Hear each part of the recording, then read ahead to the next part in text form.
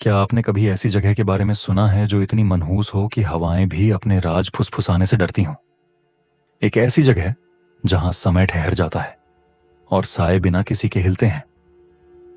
आज रात आइए मैं आपको ले चलता हूं एक ऐसे ही भुला बिसरे मंदिर की ओर जो भारत के दिल में कहीं छुपा है। काल्यानपुर नामक गांव जो राजस्थान के विशाल रेगिस्तानों में बसा हुआ था, रोजमर्रा की जिंदगी से भरा था। रौनक बाजार, धूल में खेलते बच्चे और पीपल के पेड़ के नीचे बैठे बूढ़े लोग पुरानी कहानियां हाँ सुनाते। पर इस गांव में छुपा था एक रहस्य, एक ऐसी जगह जिसका जिक्र सिर्फ कानाफूसी में होता था। काल भैरव मंदिर। कोई भी उस मंदिर में नहीं जाता था, यहां तक कि पुजारी भी नहीं। गांव वाले मानते थे कि यह जगह अभिशप्त है, भूत प्रेतों और रहस्यमय शक्तियों का बसेरा। कथाओं के अनुसार एक प्राचीन राजा विक्रमादित्य ने सदियों पहले इस मंदिर का निर्माण कराया था ताकि अपनी अमूल्य वस्तु, एक रहस्यमयी अमर तलवार को सुरक्षित रख सके। लेकिन वह तलवार आशीर्वाद देने के बजाय एक श्राप बन गई। राजा एक रात रहस्यमय तरीके से गायब हो गया और मंदिर को हमेशा के लिए बंद कर दिया गया। गर्मियों के एक दिन एक युवा पुरातत्वविद आर्यन मेहता काल्यानपुर पहुंचा। खोए हुए अवशेषों और भूली बिसरी कहानियों में रुचि रखने वाला आर्यन इस मंदिर के बारे में प्राचीन ग्रंथों में पढ़ चुका था। गांव वालों की चेतावनियों के बावजूद वह सच्चाई जानने के लिए दृढ़ था। श्राप केवल कहानियां हैं, उसने हंसते हुए कहा। पूर्णिमा की रात आर्यन अपना बैग, टॉर्च और नोटबुक लेकर मंदिर की ओर निकल पड़ा। हवा में एक अजीब सा भारीपन था, जैसे उसे वापस लौटने की चेतावनी दे रहा हो। मंदिर के दरवाजे विशाल थे और संस्कृत में अंकित था, जो निषिद्ध को खोजता है वह समय में खो जाएगा। कड़ी मेहनत के बाद आर्यन ने दरवाजे खोले। एक ठंडी हवा का झोंका उसके शरीर से टकराया। अंदर घुसते ही गहरी खामोशी छा गई। मकड़ी के जाले दीवारों से लटक रहे थे और पत्थरों की सीलन भरी गंध हवा में घुली थी। उसकी टॉर्च की रोशनी टिमटिमाने लगी। तभी उसे फर्श पर अजीब पग चिन्ह दिखाई दिए, ताजा, सदियों पुराने नहीं। यहां कोई मुझसे पहले आया है, उसने फुसफुसाया। दिल की धड़कन तेज हो गई। अंदर जाते हुए उसे एक बड़ा चबूतरा दिखाई दिया, जहां एक खाली म्यान रखी थी, जहां कभी वह प्रसिद्ध तलवार होनी चाहिए थी।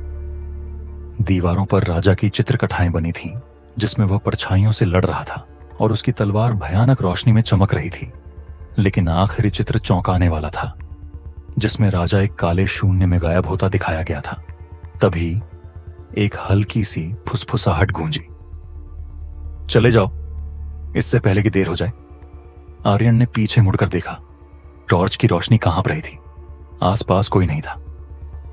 यह बस हवा है, उसने खुद को तसल्ली दी। लेकिन तभी एक दिया अपने आप जल उठा। आर्यन की सांस रुक गई। कुछ तो गड़बड़ थी। आर्यन ने कैमरा निकाला और तस्वीरें लेना शुरू किया। तभी उसे दीवार के पीछे एक गुप्त कक्ष दिखाई दिया। उसने कड़ी मशक्कत के बाद उसे खोला, जिसमें एक छोटा सा लकड़ी का संदूक रखा था। संदूक खोलते ही उसे एक जंग लगा, खंजर और एक प्राचीन पत्र मिला, जिसमें लिखा था, यह तलवार एक श्राप है। जो भी इसे प्राप्त करेगा वह हमेशा के लिए कैद हो जाएगा। जैसे ही उसने पढ़ा, मंदिर के दरवाजे जोरदार आवाज के साथ बंद हो गए। दियों की लौ तेज हो गई और डरावने साए बन गए। एक गूंजती आवाज गूंजी। अंधेरे से एक आकृति उभरी, एक योद्धा, जलती हुई आंखें, राजा विक्रमादित्य। लेकिन अब वह इंसान नहीं था। उसका शरीर सिकुड़ चुका था, त्वचा फटी हुई और आवाज खोखली हो चुकी थी। तुम्हें यहां नहीं आना चाहिए था। आर्यन डर के मारे कांप गया। उसकी बुद्धि ने जवाब देना बंद कर दिया, लेकिन उसके भीतर की आवाज ने कहा, भागो। तुम कौन हो? उसने कांपती आवाज में पूछा। मैं अपनी लालच का कैदी हूं, राजा की गूंजती आवाज आई। तलवार ने मुझे हमेशा के लिए बांध दिया है। जो भी इसे खोजता है वह इसकी कहानी का हिस्सा बन जाता है। दीवारों पर बनी चित्रकथाएं हिलने लगीं, उन सभी लोगों की छवियां दिखाते हुए जो यहां आए थे और कभी लौटे नहीं।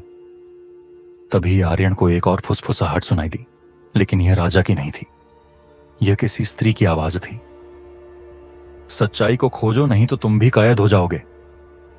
आर्यन ने देखा कि खंजर पर एक चमकदार रोशनी उभरने लगी, जैसे यह महज एक हथियार नहीं बल्कि एक चाबी हो।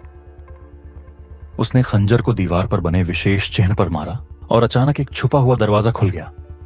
अंदर एक कमरा था जिसमें असली अमर तलवार रखी थी।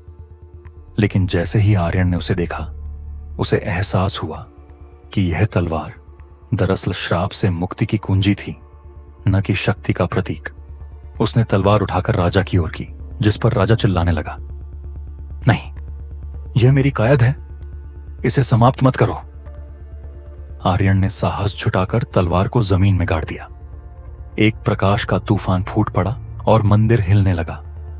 राजा की आत्मा मुक्त हो गई और मंदिर धरती में समा गया। सुबह गांव वालों ने आर्यन को बेहोश पाया। वह होश में आया और अपनी कहानी सुनाई। कुछ लोगों ने इसे भ्रम कहा, लेकिन बुजुर्ग जानते थे कि श्राप समाप्त हो चुका था। आर्यन वहां से चला गया, लेकिन वह कहानी हमेशा के लिए उसके साथ रही।